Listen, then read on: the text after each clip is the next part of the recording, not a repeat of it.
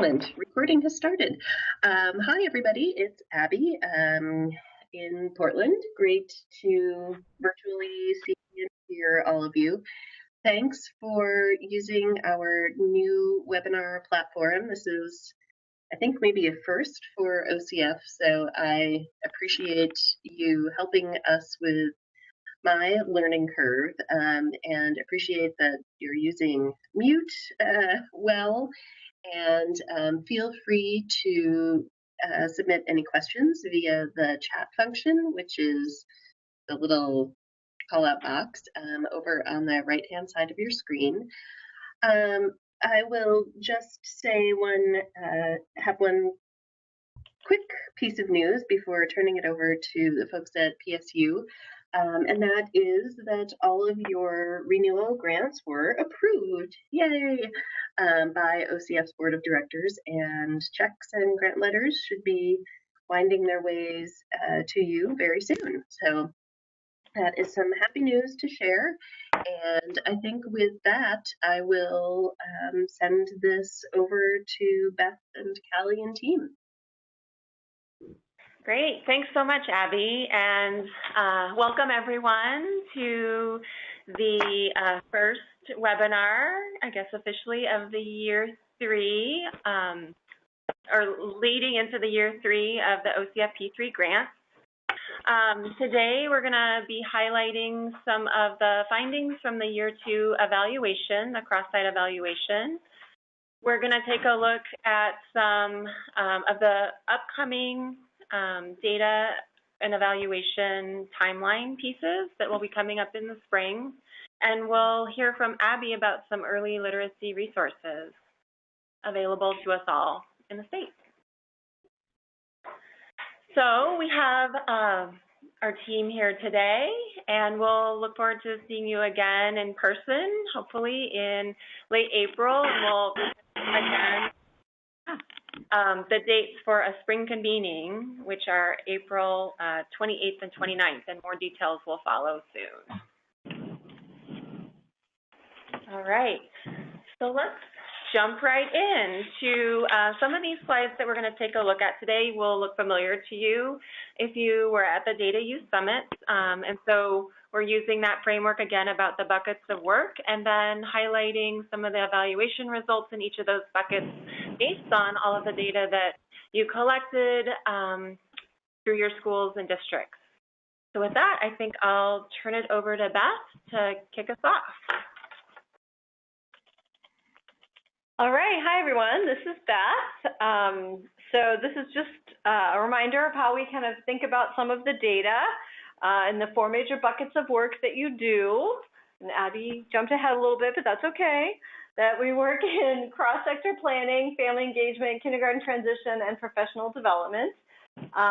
So this just is a brief overview, should be really familiar to everyone, of exactly the surveys that we collect. So the collaboration survey, which we've done 2 rounds of now, which we send out to your P3 governance group.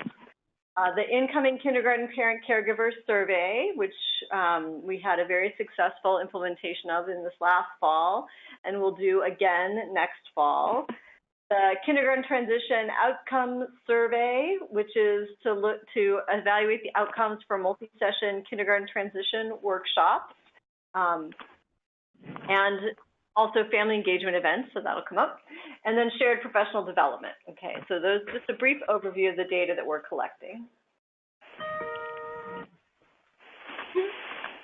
So first up, we're going to share a little bit of data from the cross-sector survey that was conducted last year. So the major goals around cross-sector planning are to increase collaboration between the K-12 and the early learning system, to start aligning systems and supports and standards for learning, to develop administrators and leaders to be champions and help drive the P3 efforts, and to allow opportunities for sharing of resources of a variety of kinds across the 2 sectors, between and among, really, that's the 2 sectors. So this next slide shows you both the year 1 and the year 2 findings from those collaboration surveys. And if you look at the bars, you can see that year 2 is the set of darker bars across the bottom.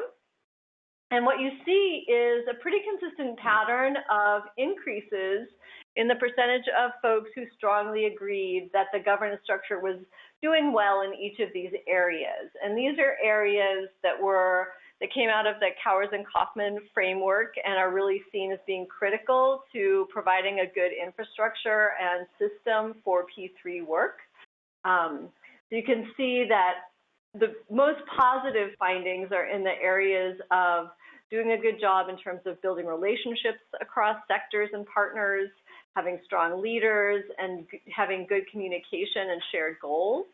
But you can see also that those really increased. The percentage of folks who thought that their P3 governance groups had a set of shared goals really improved pretty dramatically from year 1 to year 2. And then you can see down at the bottom, even though some of these were still the lowest from last year, that again, there have been some pretty significant increases with quite a few more people strongly agreeing that the group is focused on outcomes, focused on sustainability, really using data. So those are all really, I think, important findings, given that, that first year was we were really just getting started when we did those surveys the first time, and then doing the surveys again in the fall of last year, it was clear that systems building work is really paying off in terms of getting people more united, more sense of partnership, and more focused in the areas that we think are important for systems development in P3. Okay, next.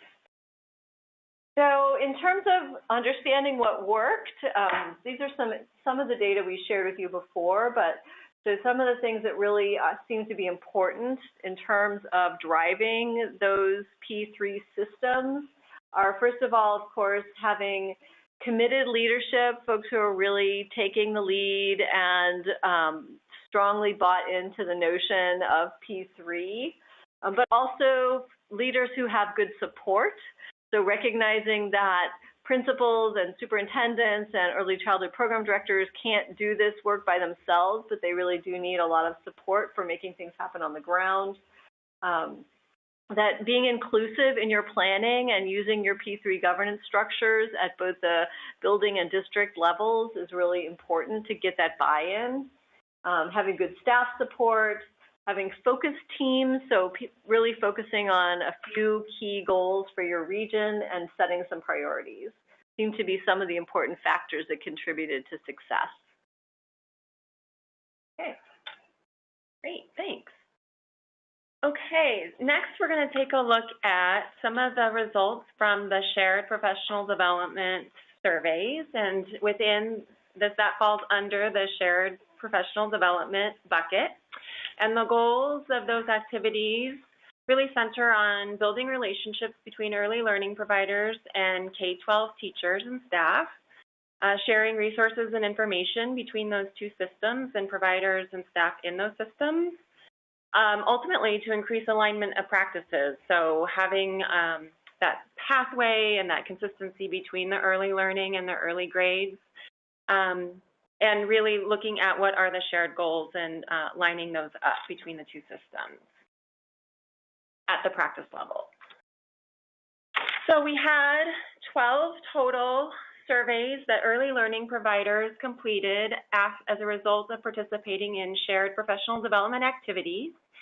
And what you see here is the darker bar shows the percentage of those providers who strongly agreed with each of these items on the survey compared to what they rated each of those items retrospectively. So at the end of the series, early learning providers overall showed that there was tremendous growth around understanding what kindergarten teachers expect from students at kinder entry, that was a dramatic and significant jump, thinking about where they saw themselves before the series and where they saw themselves after. Similarly, there was it doubled in terms of the percentage of providers who said that they felt like they had the skills that they need to support kinder transition. So whether that was acknowledging what they did in a new way as being supportive or learning new or concrete skills, that was a significant jump as well. We also saw that even though the early learning providers thought generally that they do things to support school readiness, that all of them strongly agreed with that at the end of the series. We also, in terms of the shared professional development activities, have a version of this survey that's intended for K-12 staff and teachers. We only have 3 of those from the last year, so we're not going to present those results today. But in the conversations with many of you over the past 2 weeks around the kinds of activities that you're planning that would fall under the shared professional development series, we know that you have a lot of these series planned for the coming year, and we're prepared to support you in terms of making sure you have the tools you need and problem solving any of the logistics or coordination so that you are able to collect those surveys based on the activities you'll be providing over the coming year. And we can demonstrate the impact of those activities for both early learning providers and K-12 teachers. So we're looking forward to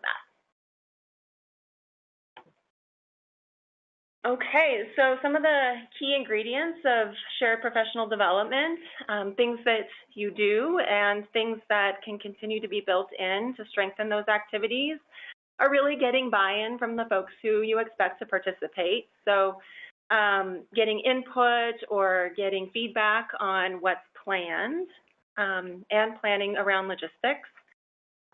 We know that your needs vary from school to school or district to district around the kinds of supports that are needed by early learning providers or K-12 teachers. And some of those things you brought up in calls over the past 2 weeks, and we hope that we can try and connect you with folks who are doing similar work to share strategies that might be effective.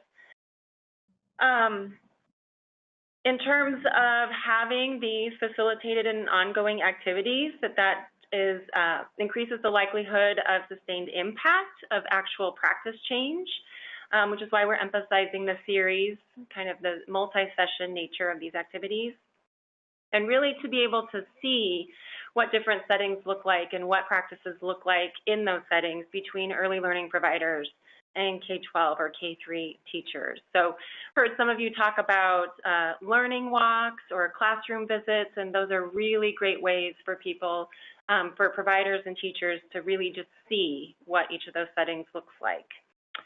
And then, of course, returning to leadership support is always a key ingredient across these strategies. And so whether that's the principal really helping teachers problem solve around some of the logistics, or P-3 coordinators doing that work, even just principals prioritizing the kinds of things that are proposed or throwing their support behind that, those kinds of things can help sustain the practices, but also opportunities for mentoring or coaching are more likely to increase practice change as well.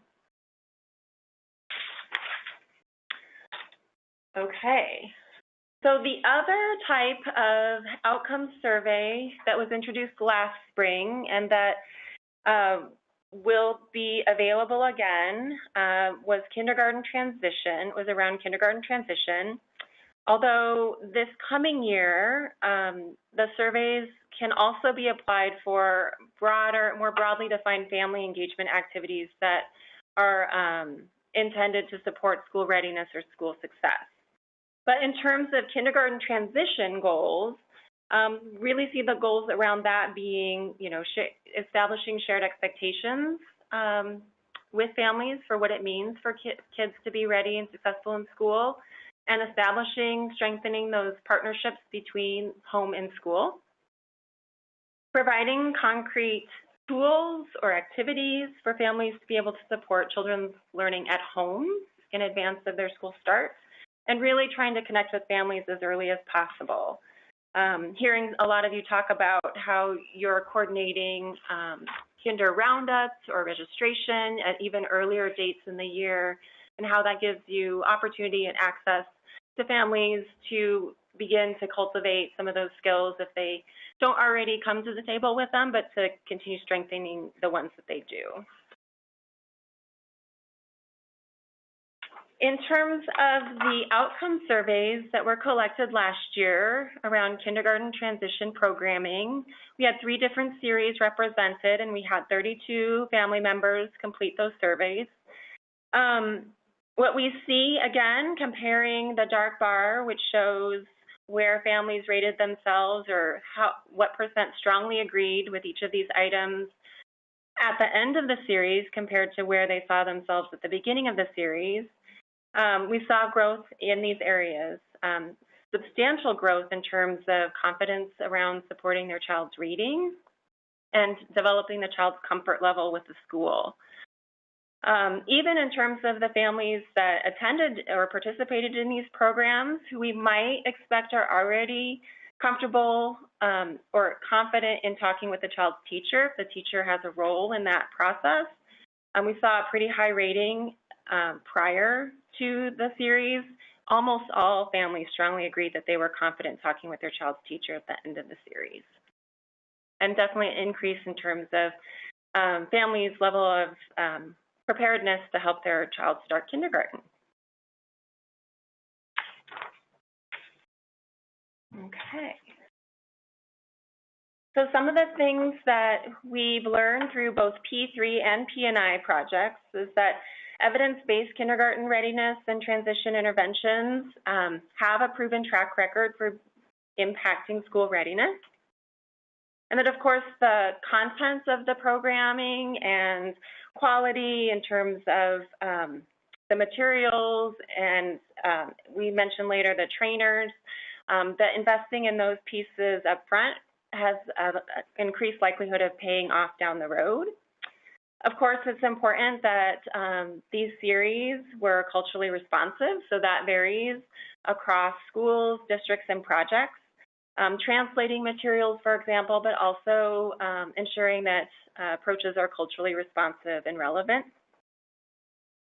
Really providing or building in opportunities for families to interact with each other and or with teachers is an important ingredient, and making sure to the extent that you can to build in supports for attendance. So things that go along with family engagement and parenting education, for example, also applies to kindergarten transition. So that's things like offering childcare or allowing kids to come along, transportation, if applicable, and food, for example. All right. I think now we'll turn to family engagement. Okay. So family engagement activities we see really as multidimensional with 3 major goals, and they might have 1, 2, or all 3 of these goals. First is to help parents to be able to support children's learning at home, either before school or after they start school. Secondly, to build effective communication between school and home, preferably ways of communicating both from the school to the parent as well as from the parent to the school. And then thirdly, to really support those parent, teacher, school, academic partnerships.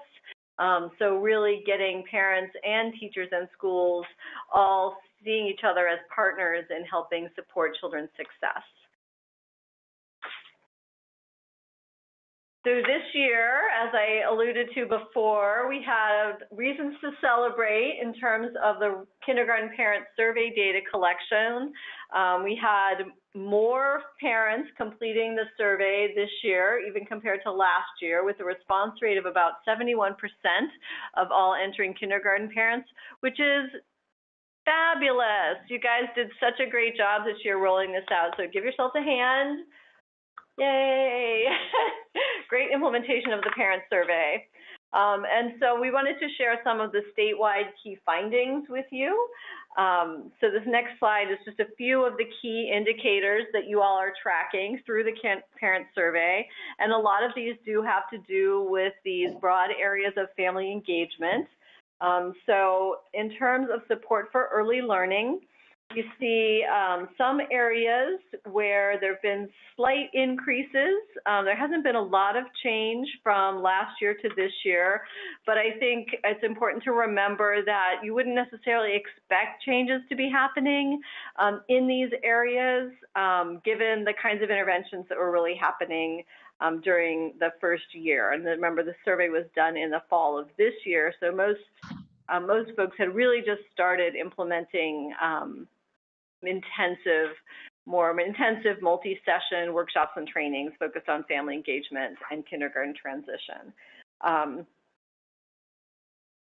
We did see that the daily reading rate, which is one of the key indicators that we track, did drop a little bit from last year to this year. And generally speaking, the schools involved in this project are considerably lower than the national average, which is about 55% of parents reporting daily reading to their young child. And this is something we've shared with you all before, and I know that we've shared with OCF, and we see this across a number of different projects, and it's really something that I think is important to focus on moving forward. In terms of some other indicators, we look at some indicators of school climate and communication. So this is really where I see, I think, some improvements that really do reflect a lot of the work that was happening early on with your P3 projects. A lot of that work really is sort of opening the door to families and just really starting to create a school that's a more welcoming environment, where parents feel more welcome. And we see increases in terms of perceptions of how welcome parents feel at the school. We also see parents feeling like they're going to be more able, more inclined to attend various kinds of activities that are held at the school, such as conferences and special events.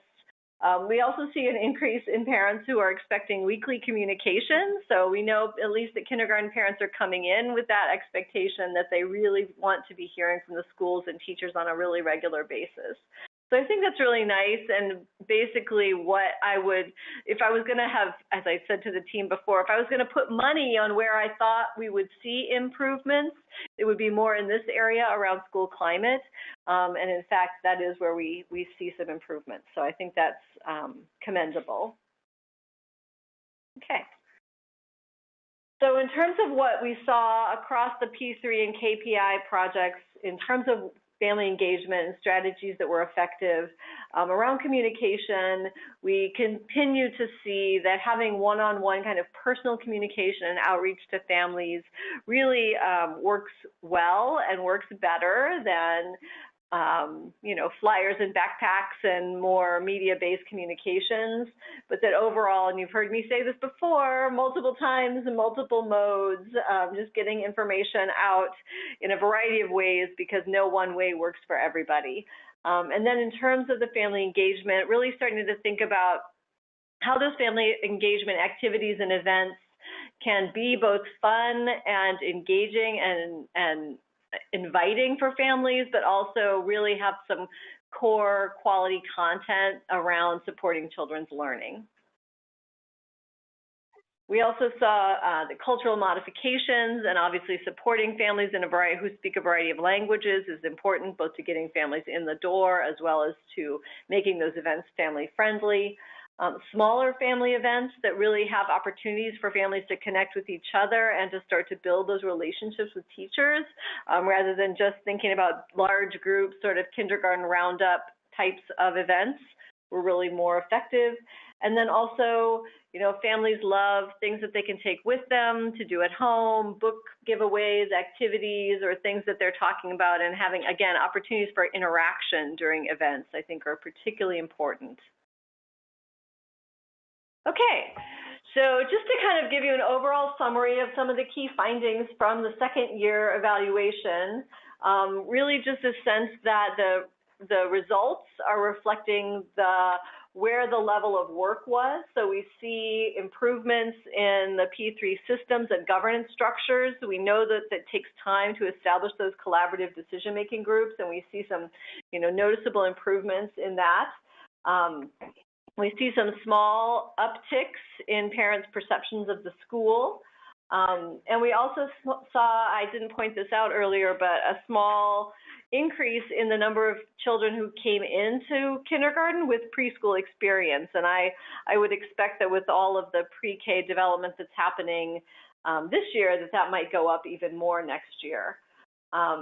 In terms of our outcome surveys around shared professional development in kindergarten transition, there were very few, it sounded like, activities that really fit our definition of activities that we felt warranted outcome evaluation. So again, those multi-session activities, but it sounds like from the information Callie's been gathering that there's a lot more of those planned this year. So I think we'll have a lot more data using those tools and outcome measures at the end of year 3. So that was great. She just shared that information with us today, and it looks like there's a lot of great multi-session, both kindergarten transition family engagement activities as well as shared professional development activities being planned for the next year. So again, in terms of focus, it sounds like a lot of folks have heard this message and taken it to heart in terms of really thinking about how do we increase the intensity and the quality of the P-3 interventions by making sure families have multiple opportunities in a sequenced kind of a way to really develop skills and intake information and build those relationships with each other, with teachers, and for teachers as well to have more opportunities on an ongoing basis to learn from and share information with our early learning partners. Okay, so I think I'm going to pause for questions before we go on to sharing some updates and reminders around year 3 evaluation. Does anyone have any questions about the findings from last year? I am unmuting a bunch of people that I had muted just because there was some feedback. So feel free to give a shout if you have a question.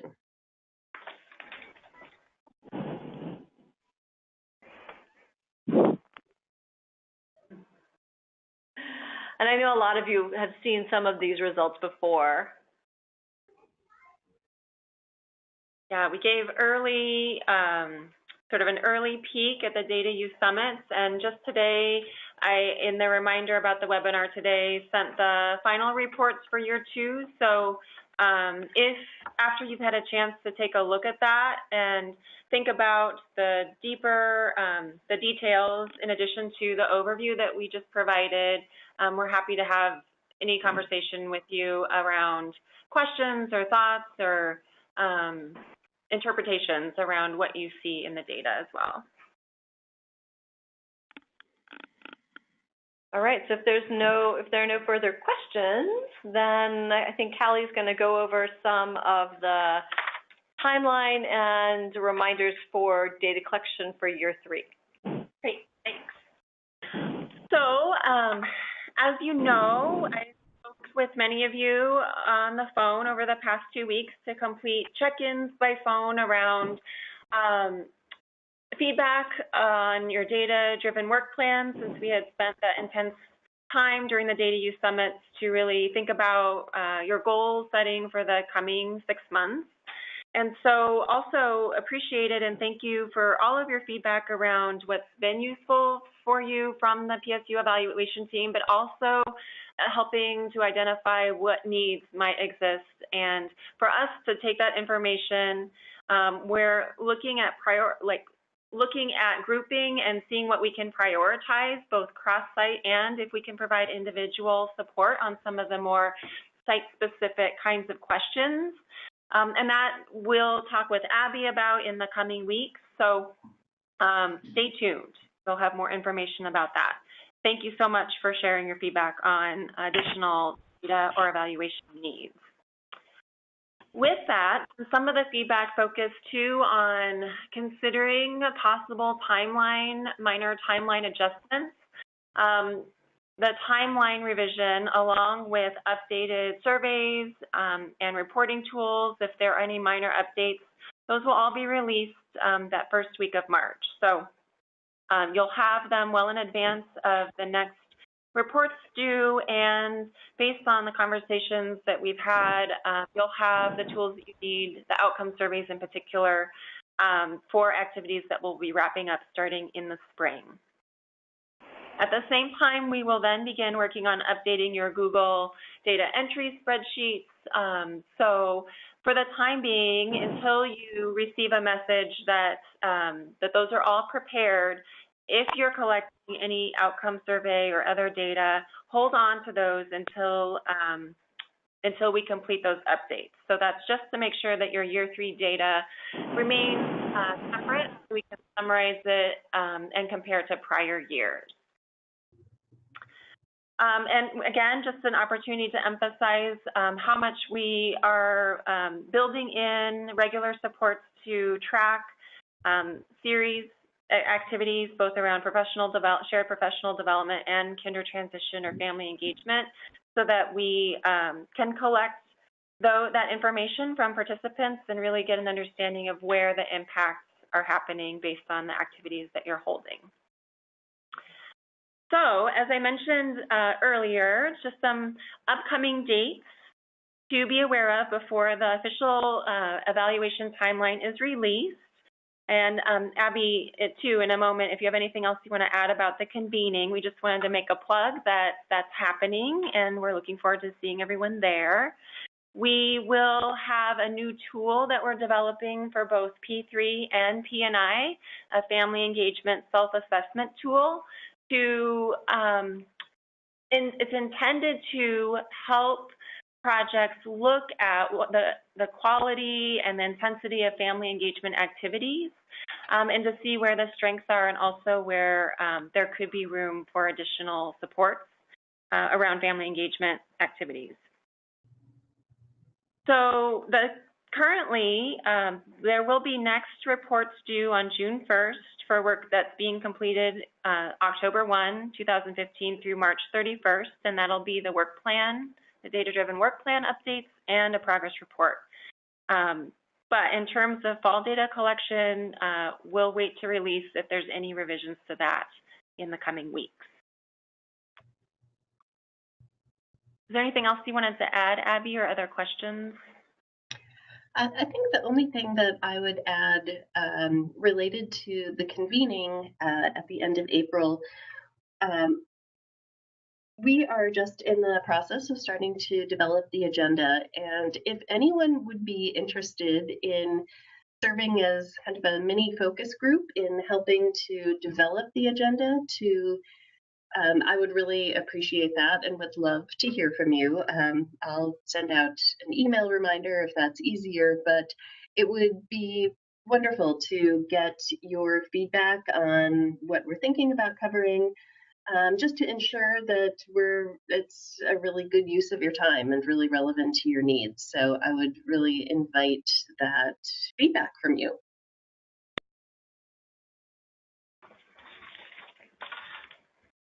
Great. All right. Well, with that, I think probably I'll turn it over to you, Abby, and I believe I still will advance the slides. If you just let me know, or if you pause, I will advance. Okay. Yeah, thank you, Callie. That would be great. So go ahead and advance. As you know, and as we talked about at the Data Use Summits, the percentages of children that are being read to daily in advance of kindergarten were kind of surprisingly low for a state that loves its libraries and reading as much as Oregon. So this is one piece that we are considering covering in greater depth at the April convening. But in the meantime, I wanted to provide you with just a few resources that are relatively low cost and available to varying degrees in your communities already. The first is the Every Child Ready to Read at Your Library program.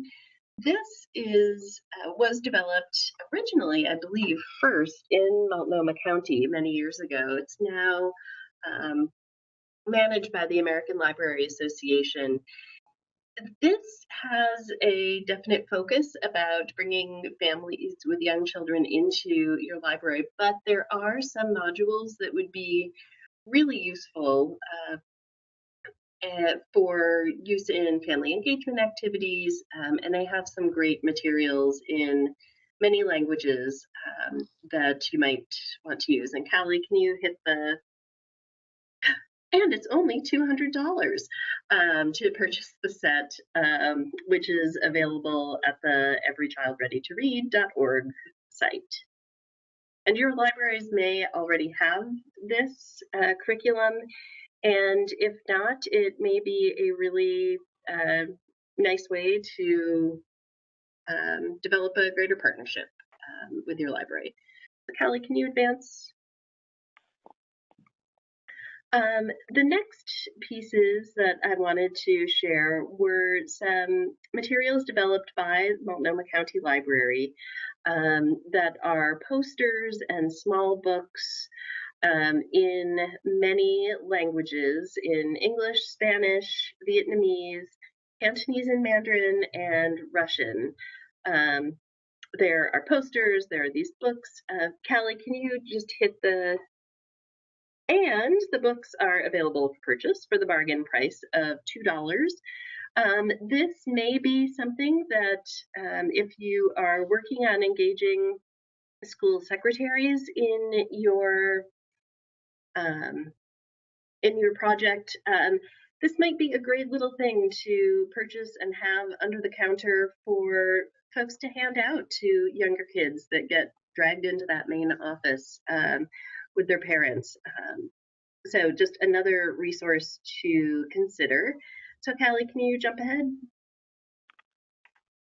And if you want some very easy handouts, the website listed here has some great formatted bookmarks that I just took a little clip of them. They are longer, that have a nice description that you don't need to actually be sitting and reading necessarily, that there are a lot of things that you can do with your kiddos. So those are available there for probably just about 25 cents to print those in color at your local copy shop. Okay, next. Great. And then there are other resources that are available in varying degrees around your community that you may know about. Reach Out and Read, the program that works with medical providers to distribute books and literacy tips with families. Campaign for Grade Level Reading, which is happening in a few communities in Oregon. And the Oregon State Library, which has a grant program for Ready to Read, which I think most local libraries are taking advantage of, which is fantastic. Of course, there's also Vroom, which I earlier realized didn't have, but I know a lot of you have the Vroom resources, and it's free, and another great way for families to get some reminders on a regular basis to do some fun stuff and activities with the kiddos. So I think that is about it. Kelly, I think we're at the last slide, right? Yep, we are. Okay. So thank you all so very much for participating. We will put this up on the OCF website and send out these details.